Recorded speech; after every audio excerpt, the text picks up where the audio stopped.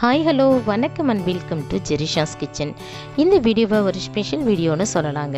ஆமாங்க, இந்த வீடியோவில் 3 ஸ்பெஷல் ரெசிபீஸை நான் உங்கள் கூட ஷேர் பண்ணிக்க போகிறேன்.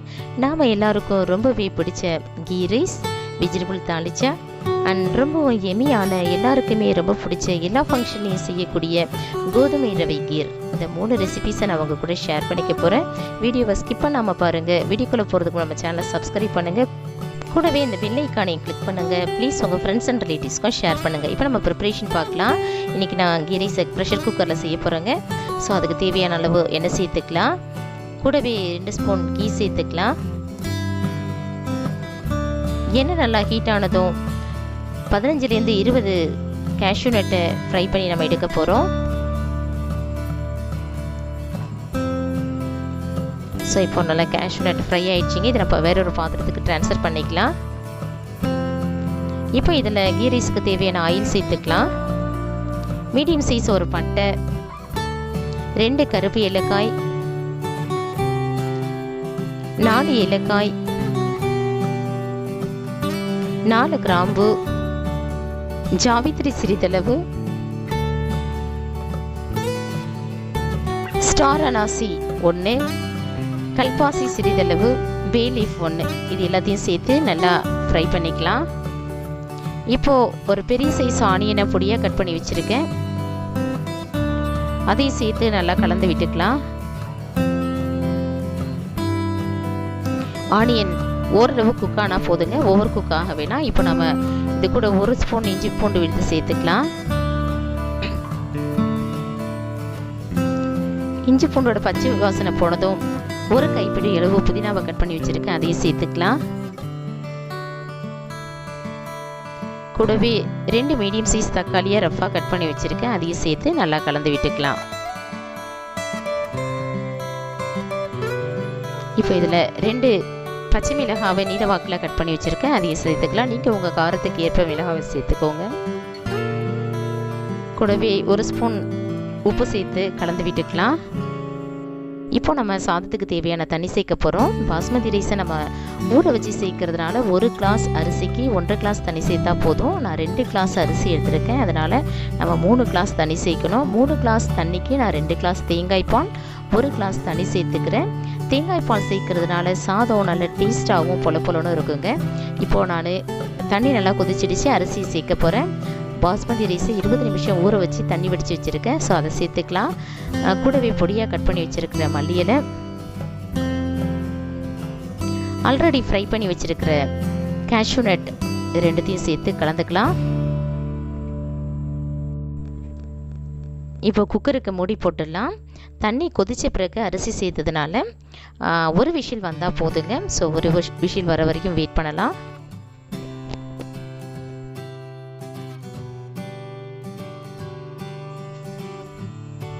ஸோ இப்போ 1 விசில் வந்துருச்சு. ஒரு 5 நிமிஷம் விட்டு நம்ம குக்கரை ஓப்பன் பண்ணி பார்க்கலாம்.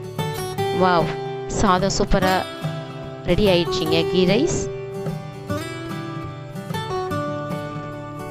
இப்போ இதில் 1 ஸ்பூன் கீ சேர்த்துக்கலாம். கூடவே பொடியாக கட் பண்ணி வச்சிருக்கிற மல்லி இலையும் சேர்த்துக்கலாம். அவ்வளோதாங்க, கீ ரைஸ் ரெடி ஆயிடுச்சு. இப்போ நம்ம தாளிச்சா ரெடி பண்ண போகிறோம். ஒரு ப்ரெஷர் குக்கரில் இந்த கப்பால் 1 கப் துவரம்பருப்பு, 1/2 கப் கடலைப்பருப்பு சேர்த்து நல்லா வாஷ் பண்ணிவிட்டு தேவையான அளவு தண்ணி சேர்த்து 1 ஸ்பூன் மஞ்சத்தூள் சேர்த்து குக்கருக்கு மூடி போட்டு பருப்பு நல்லா குழைய வேகிற வரையும் வெயிட் பண்ணலாம். இப்போ நம்ம தாளிச்சாக்கு தாளிப்பு கொடுக்க போகிறோம். அதுக்கு ஒரு பேனை ஹீட் பண்ணி தேவையான அளவு ஆயில் சேர்த்துக்கலாம். ஆயில் கூட 1 ஸ்பூன் கீயும் சேர்த்துக்கலாம். ஆயில் நல்லா ஹீட் ஆனதும் நம்ம ஸ்பைசஸ் எல்லாம் சேர்க்க போகிறோம். மீடியம் சைஸ் பட்டை எடுத்து வச்சுருக்கேன், ஒரு பே லீஃப், கல்பாசி, ஏலக்காய், ஜாவித்ரி, லவங்கம், இது எல்லாத்தையும் சேர்த்து தாளிச்சிக்கலாம். இப்போது ஒரு பெரிய சைஸ் ஆனியனை நீல வாக்கில் கட் பண்ணி வச்சுருக்கேன், அதையும் சேர்த்து ஆனியனை கண்ணாடி பதம் வர வரையும் நல்லா வதக்கிக்கலாம்.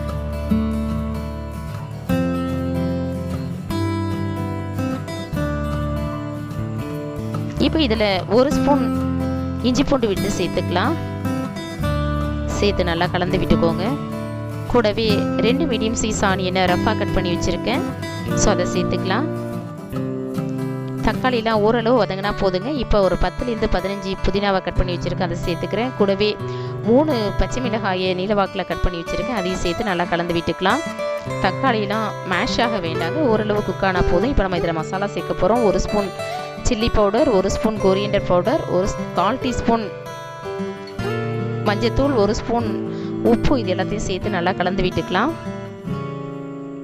கூடவே இப்போ நம்ம காய்களை சேர்க்க போகிறோம். நான் இன்றைக்கி கத்திரிக்காய், உருளைக்கிழங்கு, கேரட் இதெல்லாம் கட் பண்ணி வச்சுருக்கேன், அதையும் சேர்த்து இதை நல்லா எண்ணெயில் வதக்கி வேக வச்சுக்கலாம்.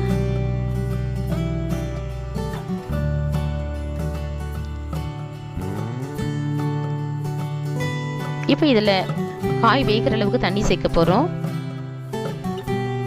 தண்ணியை சேர்த்து நல்லா கலந்து விட்டு இதுக்கு ஒரு மூடியை போட்டு நல்லா ஒரு கொதிச்சு வர வரையும் வெயிட் பண்ணலாம்.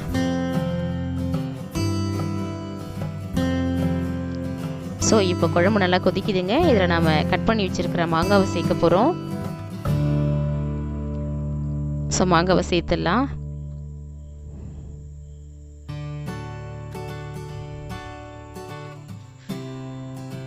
கூடவே 2 கொத்து கருவேப்பிலையை சேர்த்துக்கலாம். சேர்த்து இதை நல்லா கலந்து விட்டுக்கலாம். இப்போ இதில் நம்ம நல்லா வேக வச்சு வச்சிருக்கிற பருப்பையும் சேர்த்துக்க போகிறோம். பருப்பை சேர்த்து நல்லா கலந்து விட்டு இதுக்கு ஒரு மூடி போட்டு ஸ்டவ்வை சிம்மில் வச்சு 10 நிமிஷம் காய்களை நல்லா வேக வைக்கலாம். இப்போ 10 நிமிஷம் ஆயிடுச்சிங்க. காயெலாம் நல்லா வெந்து வந்துருக்குது. இப்போ இதில் ஒரு நெல்லிக்காய் அளவு புளியை ஊற வச்சு கரைசல் எடுத்து வச்சுருக்கேன், அதையும் சேர்த்து கலந்துக்கலாம்.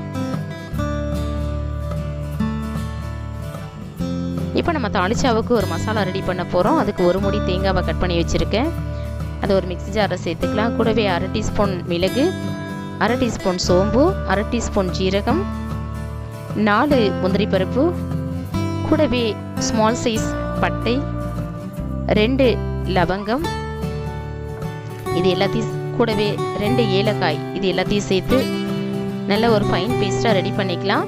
நீங்கள் முந்திரி பருப்புக்கு பதிலாக கசகசா கூட 1 ஸ்பூன் ஆட் பண்ணிக்கலாம்.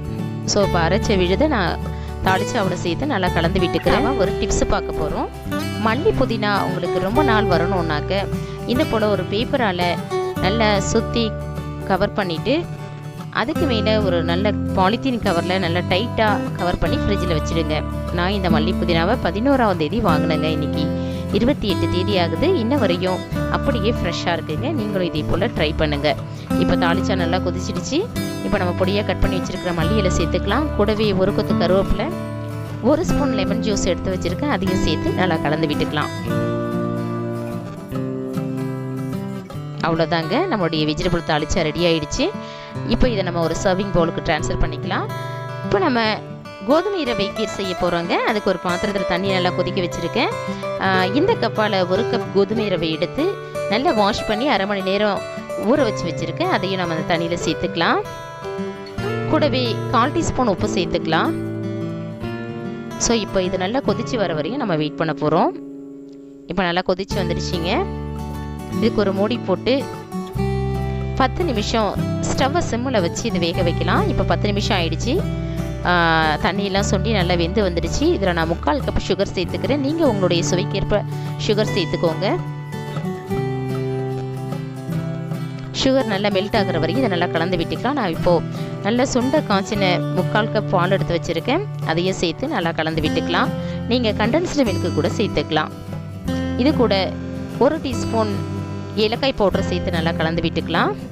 இப்போ நாம் இதில் ஒரு தாளிப்பு பேனில் 1 ஸ்பூன் கீ சேர்த்துக்கலாம். கூடவே சிறிதளவு பட்டை,